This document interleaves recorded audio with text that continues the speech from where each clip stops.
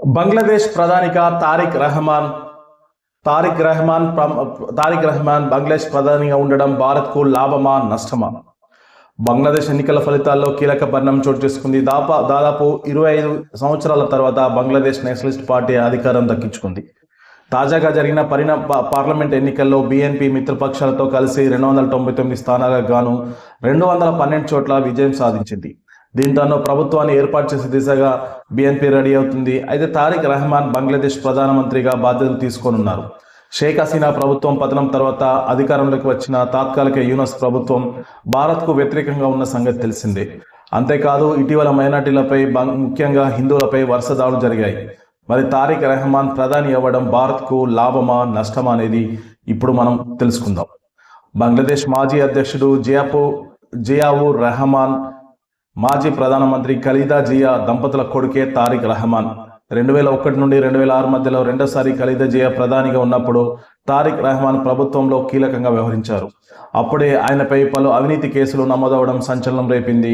ఈ నేపథ్యంలోనే అమెరికాతో పాటు బంగ్లాదేశ్ విపక్షాలన్నీ డార్క్ ప్రిన్స్గా పిలిచాయి.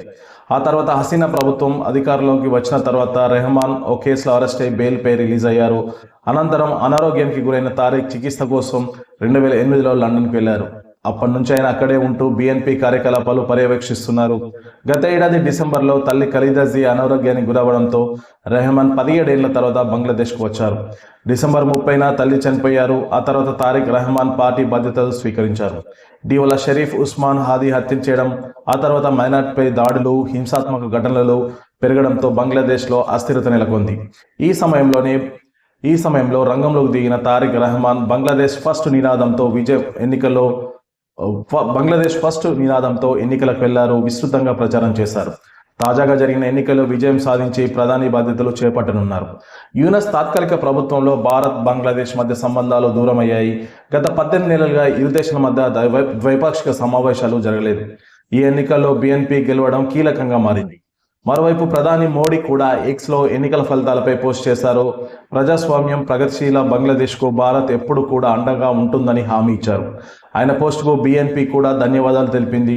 అలాగే తారిక్ రహమాన్తో మోడీ ఫోన్లో మాట్లాడి అభినందనలు తెలిపినట్టు సమాచారం.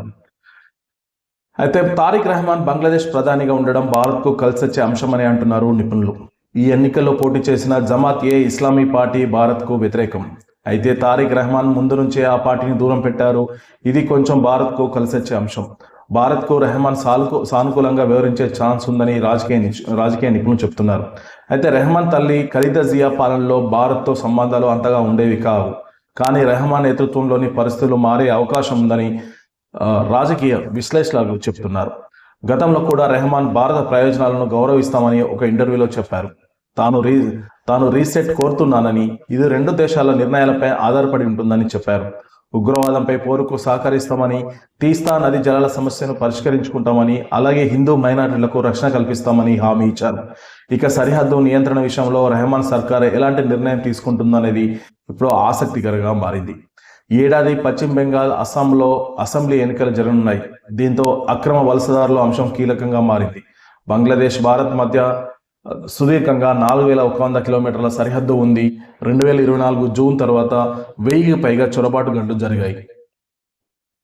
అయితే బంగ్లాదేశ్ ప్రధానిగా ప్రమాణ స్వీకారం చేయబోతున్న తారిక్ రహమాన్ ప్రధాని అవుతే దౌత్య సంబంధాలు పెరిగే అవకాశం ఉంది.